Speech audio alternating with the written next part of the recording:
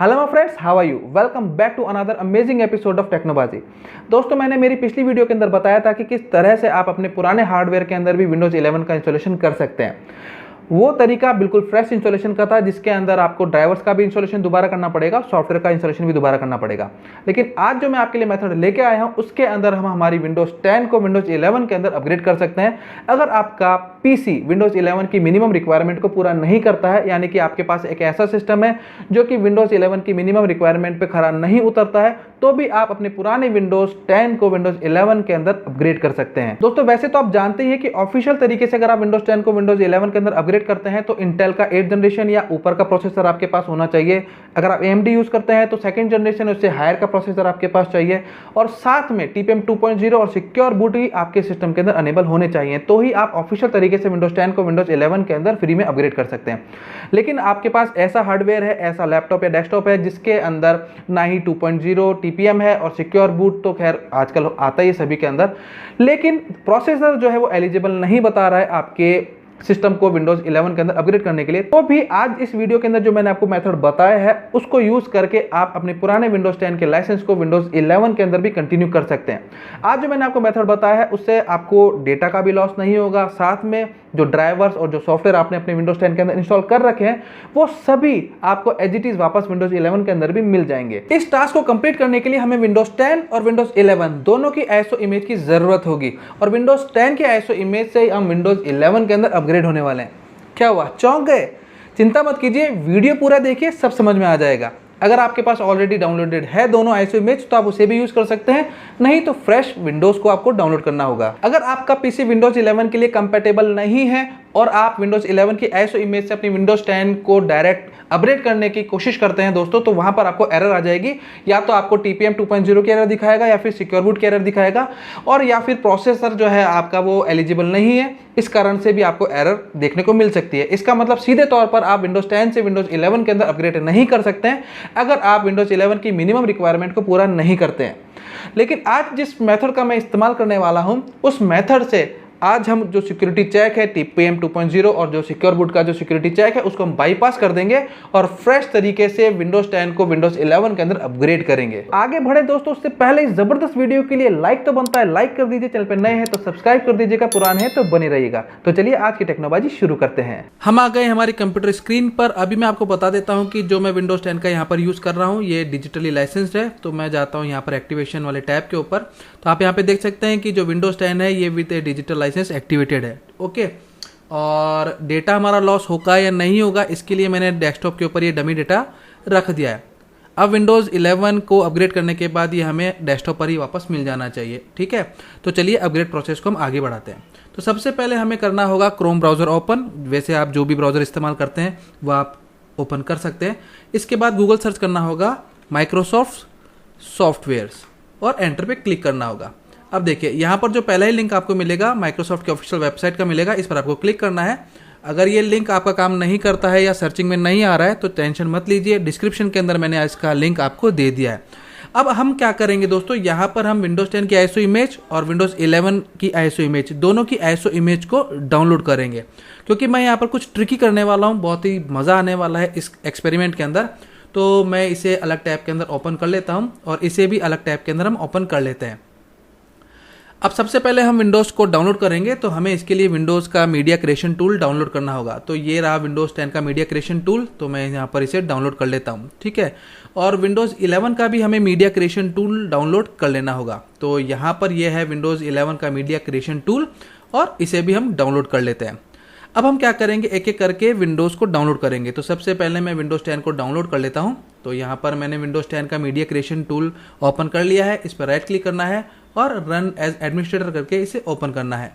Media creation tool open हो जाता है। Getting a few things ready, और कुछ देर के लिए आपको वेट करना होगा। इसके बाद लाइसेंस एग्रीमेंट आपके सामने आ जाएगा, तो इसे आपको एक्सेप्ट कर लेना होगा। इसके बाद आपको एक मैसेज होता है getting a few things ready, तो आपको कुछ देर के लिए वेट करना होगा।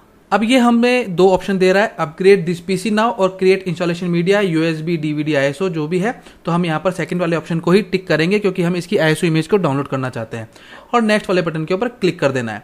आपके सिस्टम के अंदर जो विंडोज इंस्टॉल है उसी के अकॉर्डिंग इसने ऑटोमेटिक सेलेक्ट कर लिया है, तो ये आप रिकमेंडेशन को रहने दीजिए और नेक्स्ट वाले बटन के ऊपर क्लिक कर दीजिए। अब ये 2 ऑप्शन आपसे पूछ रहा है, यूएसबी फ्लैश ड्राइव आपको राइट करनी है या फिर आईएसओ इमेज। तो हम यहाँ पर आईएसओ पे क्लिक कर देते हैं और इसके बाद नेक्स्ट वाले बटन के ऊपर क्लिक कर देना है। अब ये लोकेशन पूछ रहा है कि किस जगह पर आपको जो आईएसओ इमेज है वो सेव करनी है। तो मैं डेस्कटॉप का लोकेशन दे देता हूँ और इसका नाम दे देता हूँ विंडोज़ 10 और सेव वाले बटन पे क्लिक कर देते हैं। अब इसके बाद विंडोज़ 10 की जो आईएसओ इमेज है ये हमारी डाउनलोड होने लग जाती है। इस आईएसओ को डाउनलोड करने के लिए तकरीबन 4 से 4.25 GB के आसपास का डेटा आपका खर्च हो सकता है और इसके अंदर कितना समय लगेगा ये डिपेंड करता है आपके इंटरनेट कनेक्शन की स्पीड के ऊपर। डाउनलोड कंप्लीट हो जाने के बाद मीडिया क्रिएशन टूल सारी फाइल्स को एक आईएसओ के अंदर कन्वर्ट करके आपके द्वारा बताए गए डेस्टिनेशन के ऊपर सेव कर देता है। और इसके बाद हमारी विंडोज़ 10 की आईएसओ डाउनलोड कंप्लीट हो चुकी है, तो इसके बाद इसे फिनिश कर देना है।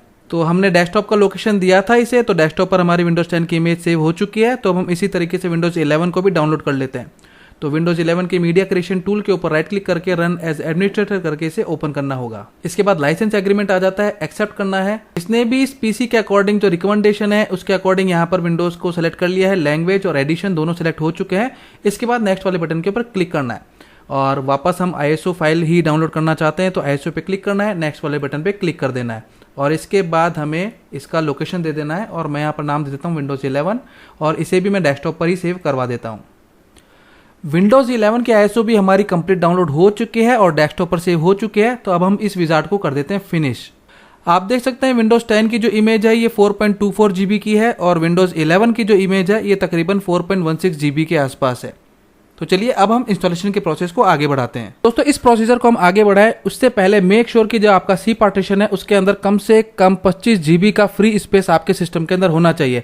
जो हमने आईएसओ फाइल को डेस्कटॉप पे कॉपी की है, अगर आपके सिस्टम के अंदर 25 GB से कम का फ्री स्पेस है तो आप इन आईएसओ को किसी भी दूसरे ड्राइव के अंदर डी में या ई के अंदर शिफ्ट कर सकते हैं। ठीक है, इसके बाद हम प्रोसेस को आगे बढ़ाते हैं। अब इन आईएसओ इमेजेस को हमें एक्सट्रैक्ट करना होगा। एक्सट्रैक्ट करने के लिए आप किसी भी कंप्रेस सॉफ्टवेयर का यूज़ कर सकते हैं। मैं यहाँ पर 7Z का इस्तेमाल कर रहा हूँ, 7zip का। तो सबसे पहले हम यहाँ पर विंडोज़ 10 की आईएसओ इमेज को एक्सट्रैक्ट कर लेते हैं। विंडोज़ 10 की आईएसओ एक्सट्रैक्ट हो चुकी है, इसे हम क्लोज कर देते हैं। अब इसके बाद इसी तरह से हम विंडोज़ 11 की आईएसओ इमेज को भी एक्सट्रैक्ट कर लेते हैं। दोनों आईएसओ हमारी एक्सट्रैक्ट हो चुकी है और दोनों के नए फोल्डर हमारे डेस्कटॉप पर रेडी हो गए। अब हम चाहे तो इन्हें डिलीट कर सकते हैं या फिर फ्यूचर यूज़ के लिए आप इसे किसी दूसरे ड्राइव के अंदर सेव कर सकते हैं। अब आपको करना क्या होगा ये आपको थोड़ा सा ध्यान से देखना है। अब आपको क्या करना है, विंडोज़ 11 की आईएसओ को खोलना है, यानी कि जो आपने एक्सट्रैक्ट किया है इसको मैं एक तरफ कर देता हूँ और दूसरी तरफ हम विंडोज़ 10 की इमेज को ये लगाते हैं। ठीक है, अब विंडोज़ 11 वाला जो है फोल्डर इसके सोर्स के अंदर आपको जाना है और स्क्रॉल डाउन करके आपको आना होगा install.esd फाइल के अंदर। तो ये है हमारी install.esd फाइल। ध्यान रखना है विंडोज़ 11 वाली मैं यहाँ पर कॉपी कर रहा हूँ, तो इसे आपको करना है कॉपी। ओके, अब जो विंडोज़ 10 की हमने आईएसओ को एक्सट्रैक्ट किया है इसके सोर्स के अंदर हमें जाना है और इसके बाद इसकी भी जो install.esd फाइल है इसे हमें देखना है। ठीक है, ये है विंडोज़ 10 की install.esd। सिंपली हमें इसे यहाँ से कर देना होगा डिलीट। ओके, और जो हमने विंडोज़ 11 की install.esd को कॉपी किया है इसे इस जगह पर हमें कर देना होगा पेस्ट। बेसिकली हमने क्या किया है, विंडोज़ 11 की जो install.esd है जिसके अंदर विंडोज़ की इंस्टॉलेशन फाइल्स होती है वो हमने विंडोज़ 10 की बूटेबल इमेज के अंदर कॉपी कर दी है। अब हम प्रोसेस को आगे बढ़ाते हैं। तो मैं यहाँ पर विंडोज़ 11 की जो फोल्डर है इसे मैं क्लोज कर देता हूँ। ओके, और इसके बाद हमें वापस रूट पर आ जाना है, विंडोज़ 10 के रूट के ऊपर। अब ये जो सेटअप है दोस्तों इसके ऊपर हमें राइट क्लिक करके रन एज एडमिनिस्ट्रेटर करके इसे ओपन करना होगा। इसके बाद विंडोज़ 10 का अपडेट विजार्ड आपके सामने ओपन हो जाता है और इसके बाद आपको ऑप्शन मिलेगा change how Windows setup download updates. तो हम यहाँ पर अपडेट डाउनलोड नहीं करना चाहते हैं तो इस पर आपको क्लिक करना है और नॉट राइट नाउ पर इस पर क्लिक कर देना है और इसके बाद नेक्स्ट वाले बटन के ऊपर क्लिक कर देना है। इसके बाद विंडोज का अपडेट विजार्ड आपके सिस्टम को चेक करने लग जाता है। ऊपर की तरफ आप देख सकते हैं विंडोज 10 सेटअप लिखा हुआ है क्योंकि हमने विंडोज 10 की आईएसओ इमेज को ही यहाँ पर रन किया है, लेकिन इसके अंदर जो इंस्टॉलेशन मीडिया है दोस्तों वो विंडोज 11 का है। और इसके बाद आपके सामने जो लाइसेंस एग्रीमेंट है वो आ जाता है, तो आपको इसे एक्सेप्ट कर लेना है। अब आप देख सकते हैं यहाँ पर मैसेज आ रहा है ready to install Windows 11 pro. Windows 10 का जो एडिशन है, अगर विंडोज 10 का होम एडिशन है तो यहाँ पर विंडोज 11 का होम एडिशन आ जाएगा, और अगर आप विंडोज 10 का प्रो एडिशन का इस्तेमाल करते हैं तो यहाँ पर विंडोज 10 का प्रो एडिशन आ जाएगा। और आप यहाँ पे देख सकते हैं की पर्सनल फाइल्स एंड एप्स, यानी कि आपका जो डेटा है और एप्स है वो भी आपको एज इट इज मिल जाएगी। ओके, इसके बाद सिंपल है, आपको इंस्टॉल बटन पे क्लिक करना है। इसके बाद विंडोज 11 की इंस्टॉलेशन फाइल आपके सिस्टम के अंदर कॉपी होने लग जाती है। अब यहाँ पे आप देख सकते हैं कि इंस्टॉलिंग विंडोज़ 10 लिखा आ रहा है, लेकिन आपको घबराने की ज़रूरत नहीं है। विंडोज़ 10 के सेटअप के अंदर हमने विंडोज़ 11 की फाइल्स को कॉपी किया है, आपने देखा ही है, तो इसी की वजह से यहाँ पर विंडोज़ 10 दिखा रहा है। इसके बाद इस प्रोसेस को आपको 100% तक कंप्लीट होने देना है। 100% कंप्लीट हो जाने के बाद आपका सिस्टम ऑटोमेटिक रीस्टार्ट हो जाएगा। अब इसके अंदर कितना समय लगने वाला है ये आपके कंप्यूटर के हार्डवेयर कॉन्फ़िगरेशन के ऊपर डिपेंड करता है। 100% फाइल कंप्लीट कॉपी हो चुकी है। इसके बाद हमारा सिस्टम रीस्टार्ट हो चुका है और आप विंडोज़ 11 का ब्रांड न्यू लोगो अपने सिस्टम के ऊपर देख सकते हैं। इसके बाद अपग्रेड प्रोसेस का सेकंड स्टेप आगे बढ़ता है और विंडोज़ 11 की फाइल्स आपके सिस्टम के अंदर इंस्टॉल होने लग जाती है। यहाँ पर आपको आपके पीसी को बंद नहीं करना है। इस प्रोसेस के कंप्लीट हो जाने के बाद एक बार और आपका सिस्टम रिस्टार्ट होगा और इसके बाद आपके कंप्यूटर के हार्डवेयर के ड्राइवर सिस्टम के अंदर इंस्टॉल होने लग जाते हैं और कुछ ही देर के अंदर ड्राइवर इंस्टॉलेशन कंप्लीट हो जाता है और आपके सामने नेक्स्ट स्क्रीन आ जाती है। इस पोजीशन के ऊपर विंडोज़ 11 की डिफ़ॉल्ट ऐप्स सिस्टम के अंदर इंस्टॉल होने लग जाती है। इसके अंदर आपको थोड़ा बहुत टाइम लग सकता है, तो पेशेंस रखिए और विंडोज़ 11 के इंस्टॉलेशन को अपना काम कंप्लीट करने दीजिए। अब आप देख सकते हैं कि विंडोज़ 11 का ब्रांड न्यू डेस्कटॉप हमारे सामने रेडी हो गया है और जो डेस्कटॉप पर हमारी फाइल्स थी, जो विंडोज़ 10 का फोल्डर है, विंडोज़ 11 का फोल्डर है, ISO इमेज है और ये जो मैंने उस समय आपको डेमो फाइल बताई थी, ये भी मुझे वापस एज इट इज़ मिल गई है विंडोज़ 11 के डेस्कटॉप के ऊपर। यानी कि विदाउट डेटा लॉस हमने सक्सेसफुली विंडोज़ 11 का इंस्टॉलेशन कंप्लीट कर लिया है। अब हम देखते हैं डिजिटल लाइसेंस का क्या हुआ। तो मैं यहाँ पर जाता हूँ सिस्टम की सेटिंग्स के अंदर और इसके बाद मुझे जाना होगा सिस्टम के अंदर। यहाँ पर एक्टिवेशन टैब दिया गया है, यहाँ पर मैं जाता हूँ और यहाँ पर एक्टिवेशन स्टेटस जो है यहाँ पर आप चेक कर सकते हैं कि Windows is activated with digital licence, यानी कि सक्सेसफुली हम विंडोज़ 10 का जो डिजिटल लाइसेंस था उसको विंडोज़ 11 के डिजिटल लाइसेंस के अंदर हम कन्वर्ट कर चुके हैं। ये सारा मेथड दोस्तों आप विंडोज़ 7 के साथ भी कर सकते हैं, लेकिन विंडोज़ 7 के साथ में आपको कुछ चीज़ें ध्यान में रखनी होगी। सबसे पहली तो चीज़ ये कि विंडोज़ 7 आपकी 64 बिट होनी चाहिए, 32 बिट के ऊपर ये काम नहीं करेगा।